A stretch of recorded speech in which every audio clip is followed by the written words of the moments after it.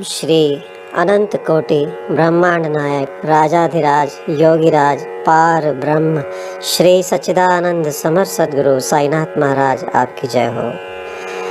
हे साईं, श्री साईं सचरित्र का तीसरा अध्याय पढ़ने जा रहा हूँ। ये सबके लिए लाभकारी हो। हे बाबा, जो भी पठन में असमर्थ हैं, किसी कारणवश नहीं पढ़ पा रहे हैं, और सभी के लिए ये लाभकारी हो और सभी के चित्त में उतरे। आइए अध्याय तीसरा शुरू करते हैं। श्री साईं सचरित्र का अध्याय 3।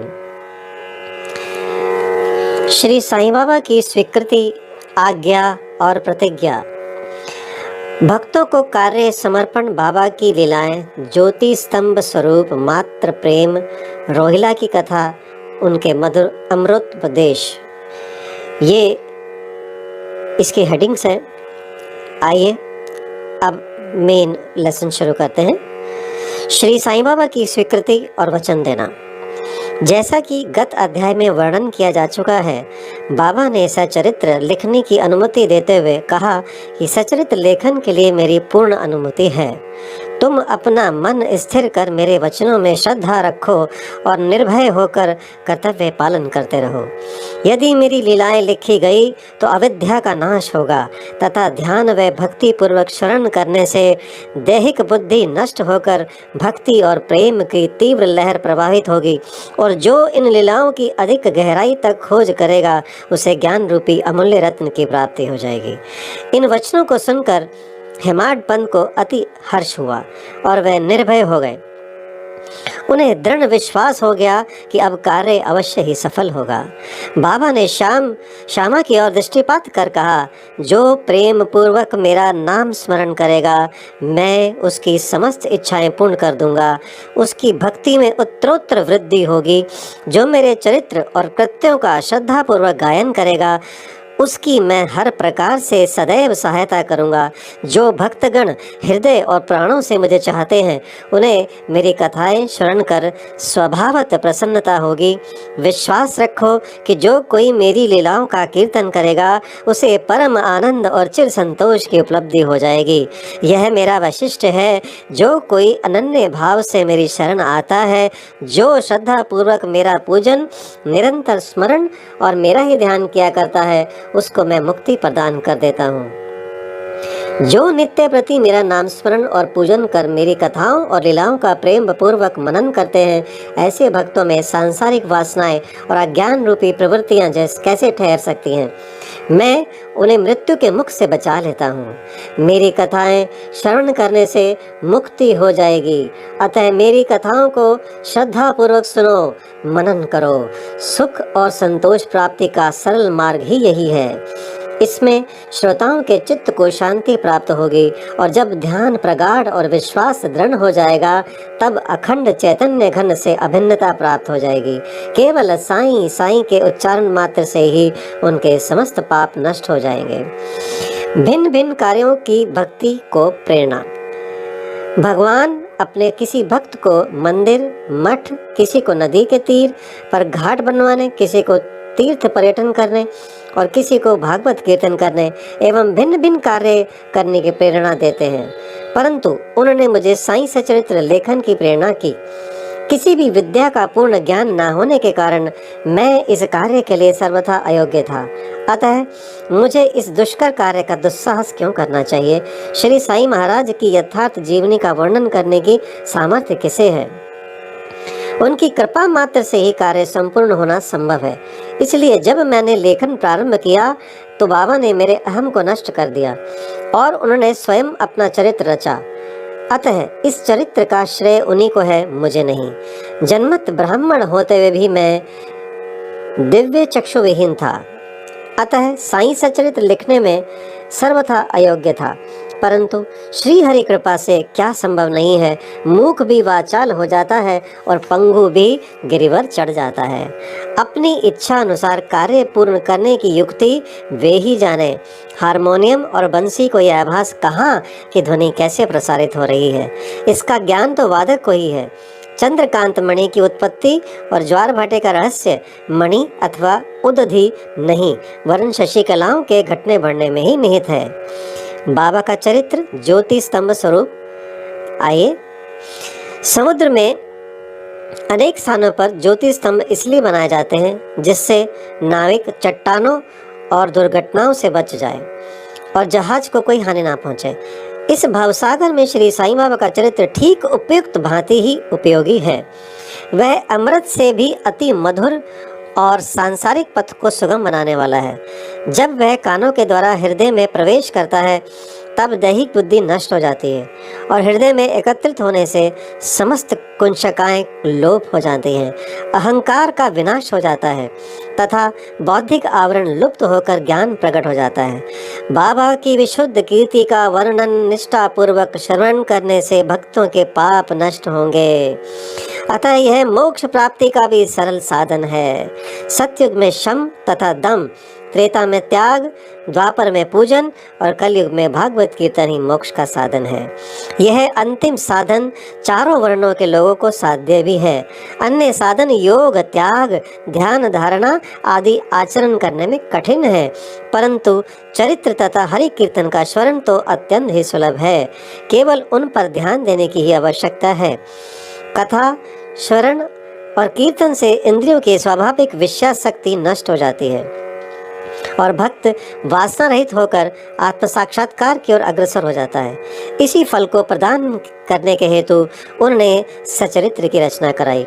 भक्तगण अब सरलता पूर्वक चरित्र का अवलोकन करें और साथ ही उनके मनोहर स्वरूप का ध्यान कर गुरु और भगवत भक्ति के अधिकारी बने तथा निष्काम होकर आत्म साक्षात्कार को प्राप्त हो। साईं सचरित्र का सफलता पूर्वक संपूर्ण होना ये साईं महिमा ही समझे। हमें तो केवल एक निमित्त मात्र बनाया गया है। मात्र प्रेम। गाय का अपने बछड़े पर प्रेम सर्वदित ही है। उसके स्तन सदैव दुग्ध से पूर्ण रहते हैं और जब भूखा बछड़ा स्तन की ओर दौड़ कर आता है तो दुग्ध की धारा स्वतः प्रवाहित होने लगती है। उसी प्रकार माता भी अपने बच्चे की आवश्यकता का पहले से ही ध्यान रखती है और ठीक उसी समय स्तनपान कराती है। वे बालक का श्रृंगार उत्तम ढंग से करती है, परंतु बालक को इसका कोई भान नहीं होता। बालक के सुंदर श्रृंगार आदि को देखकर माता के हर्ष का पारावार नहीं रहता। माता का प्रेम विचित्र, असाधारण और निस्वार्थ है। उसकी कोई उपमा नहीं है। ठीक इसी प्रकार सद्गुरु का प्रेम और अपने शिष्य पर होता है। सद्गुरु का प्रेम अपने शिष्य पर होता है। ऐसा ही प्रेम बाबा का मुझ पर था। उदाहरणार्थ वह निम्न प्रकार था। सन 1916 में मैंने नौकरी से अवकाश ग्रहण किया। जो पेंशन मुझे मिलती थी वह मेरे कुटुंब के निर्वाह के लिए अपर्याप्त थी। उसी वर्ष की गुरु पूर्णिमा के दिवस में अन्य भक्तों के साथ शिरडी गया। वहाँ अन्ना चिंचणी करने स्वतः ही मेरे लिए बाबा से इस प्रकार प्रार्थना की, इनके ऊपर कृपा करो। जो पेंशन इन्हें मिलती है वह निर्वाह योग्य नहीं है। कुटुंब में वृद्धि हो रही है। कृपया और कोई नौकरी दिला दीजिए ताकि इनकी चिंता दूर हो और ये सुख पूर्वक रहें। बाबा ने उत्तर दिया कि इन्हें नौकरी मिल जाएगी, परंतु अब इन्हें मेरी सेवा में ही आनंद लेना चाहिए। इनकी इच्छाएं सदैव पूर्ण होंगी। इन्हें अपना ध्यान मेरी ओर आकर्षित कर अधार्मिक तथा दुष्ट जनों की संगति से दूर रहना चाहिए। इन्हें सबसे दया और नम्रता का बर्ताव और अंतःकरण से मेरी उपासना करनी चाहिए। यदि यह इस प्रकार आचरण कर सके तो नित्यानंद के अधिकारी हो जाएंगे। रोहिला की कथा। यह कथा श्री साईं बाबा के समस्त प्राणियों पर समान प्रेम की सूचक है। एक समय रोहिला जाति का एक मनुष्य शिरडी में आया। वह ऊंचा, पूरा, सुदृढ़ और सुगठित शरीर का था। बाबा के प्रेम से मुग्ध होकर वह शिरडी में रहने लगा। वह आठों पहर अपनी उच्च और कर्कश आवाज में कुरान शरीफ के कलमे पढ़ता और अल्लाहू अकबर के नारे लगाता था। शिरडी के अधिकांश लोग खेतों में दिन भर काम करने के पश्चात जब रात्रि में घर लौटते तो रोहिला की कर्कश पुकारें उनका स्वागत करती थी। इस कारण उन्हें रात्रि में विश्राम न मिलता था, जिससे वे अधिक कष्ट और असुविधा का अनुभव करने लगे।